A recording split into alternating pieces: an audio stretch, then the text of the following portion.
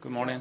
Any fresh injuries to report after the other night? No, I think we have the same ones. Martinelli is still out. Saliba, we have to wait and see. We have another training session this afternoon, and the rest is still getting closer. I think in the right direction, but not available yet. So Saliba's got a chance, but Martinelli, do you foresee how long he might be out for? No, we don't know yet, but I think this game is going to come too early for him. Just on those other four that you mentioned, just Jesus, Odegaard, Madueke, Havertz, have you got any updates on when they could be back? I would say weeks, and some of them pretty soon, hopefully, if they keep evolving the way they are doing. But difficult to put a game. You know that we have the international break, which is a 2-week break there. And after that, I think we'll have some back. I don't know if it's going to be all of them, some of them, but we'll be quite close by then. 8 wins on the spin now for your team. I'm guessing momentum is very, very difficult to build, but very easy to shatter in a way. Is that the message to your team, to keep the foot on the gas consistently? Yeah, and maintain the level of urgency. The concentration, the focus, the ambition that we are showing every game, and every game brings different challenges. Sometimes we have to be very patient. Some of the times we have to have a different approach, and the game against Burnley is going to be really tough. They are extremely well coached. I know it's called really well what is done with the club and with this team. It's formidable, and when you look at all the games, and I see 5 of those, the last games that they played, very, very tough team to beat. They are one of the 3 promoted teams. In the last 2 seasons, all 3 promoted teams have gone down. Currently, none of those 3 promoted teams are in the relegation zone. Can you put into context how competitive this particular Premier League is? Well, more than ever, I think the level is increasing year after year. Better structure, better organization, better decision making from clubs. Managers, better players, so it tells you the difficulty of that. And when I look against big teams, the way they have behaved and how they have earned points or lose points, is for very small margins, and that's the reality in this league. You've said before that you've loved every minute of being manager at Arsenal. I guess even win, lose, or draw, you said that you loved it. Is picking this team currently fast becoming the worst part of your job? No, I cannot say that. It is the worst part in terms of the decision with certain players when you don't allow them to play, which is the hardest part in our job. But they acknowledge that as well. And at the end, it's like when they make decisions, some good, some bad, I'm not judging every decision that they make. We cannot do that. So the other way around, this cannot happen. So at the moment, we are dealing with it in a really positive way. And you can see the consequences to that in the impact that every player that is not playing is having, and when they have to play, the way they are performing. And you only do that with good preparation and good mental state. How do you manage that disappointment, though? Because it's human nature for players to say, I should be playing, I deserve to play. But sometimes you have to tell them, actually, you're not going to be in the team today. Well, it's an education that you get since you are young, and you decide to play football. You know that there's 11 players playing, and then another 10 or 12 that they're not going to start the game. Doesn't mean they're not going to be important for the team. So hopefully that's an education that all of us got with the right coaches very early in our careers. If I have to do that right now, obviously it will be difficult. And just try to do it, with an open heart, understanding that you care about them and you want the best, and they will have their moments. And then, try to be as fair as possible when you see certain behaviors and that willingness to play, give them obviously the opportunity to play.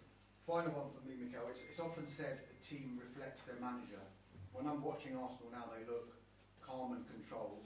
When I'm watching you on the sidelines, you seem to be calm and controlled. Yeah, sometimes more than others, yeah. Are you? And I remember you were talking just before the Atletico Madrid game that you've been working on that side of it. What have you done to try and become a little bit more calm and controlled on the sideline? Well, I think it's the years. I think the trust and confidence that you have in the team as well, in the work that you do. Getting feedback, I think, is the best thing for people that are very close in our jobs, people that knows you really, really well. Where is that coming from? Because sometimes it's a way. I want my team to be very active, and and at the same time very creative and very disciplined. And if you want the manager to be like that, you cannot be just watching the game like this. So as well, it's something that is the way I am, is the way I live the game, and I want the players as well to live the game constantly with that body language. And from there, yeah, you can always improve. Thank you. Anita, Premier? Morning. Hi. I wanted to pick up on what you just said there. Are you able to maybe tell us who it is that you turn to for feedback?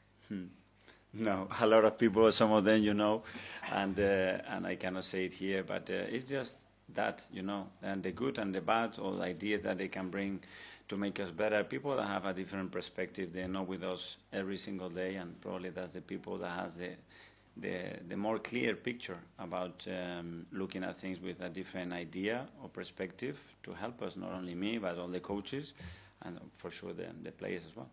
Some of them we know, is that other managers by any chance? Yeah, all the sports can be, but you will know them, yeah. Okay. And going back to the competitiveness of the team, after the game against Brighton, Mars Lewis-Skelly said that he enjoys that competitive spirit and he loves to give you something to think about. Do you feel in virtually every position at the moment, all your players are giving you something to think about ahead of choosing a starting 11?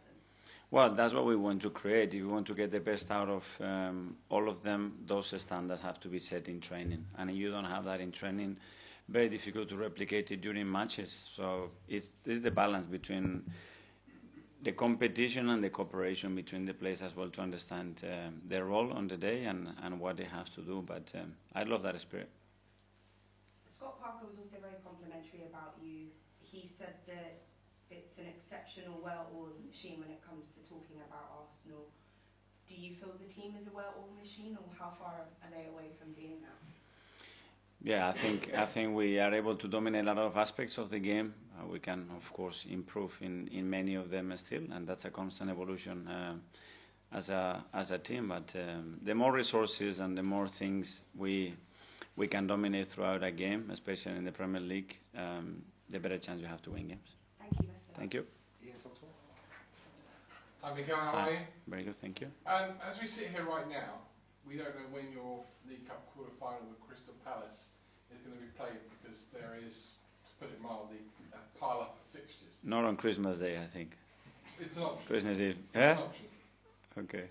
Hopefully not. I was wondering if you could speak to me about where we've got to now regarding players and supporters, and how the amount of fixtures and how often they're coming is beginning to affect both players and supporters. Yeah. Well, every decision that we make in terms of a fixture has to be guided on two main things. I think players' welfare and then supporters. That's it. And the rest has to come very, very far away from that. And we should never forget that principle. That's the only thing I would say. Are we in a situation sometime soon, not now, but maybe in a season or two, if this continues in the amount of fixtures that big clubs are having to play, they may have to pull out of some competitions because they just can't fit all the games in? I hope we don't go. If we have that big piece of paper with those two principles there in front before we make any decision, all of us in our industry, we won't get there. If we don't and we just ignore that, then anything is possible. On a brighter note, we're coming into November. You're winning every game without conceding a goal. Other teams are inconsistent, let's put it that way, likes of Man City, likes of Liverpool. In terms of that, is this the perfect opportunity now for you and Arsenal to go and achieve what you want to? It's a big opportunity what we have ahead of us, but we have to continue with that level of consistency, and we know how difficult that is. And tomorrow is going to be an extremely tough match for us, and we're going to have to again hit those performance levels to end the game. And finally, you've spoken about how difficult it is to pick the team and tell players when they're in the starting 11 and not in the starting 11. Two youngsters the other night you were beaming about, one making his debut, Max Down, what we've seen before. How difficult is it to tell youngsters, kids, when they've played and they've had that high, sorry, maybe you're not starting next game, or you may not even be in the squad next. How difficult is that for you? Because you said the other night it was one of the proudest nights you've had.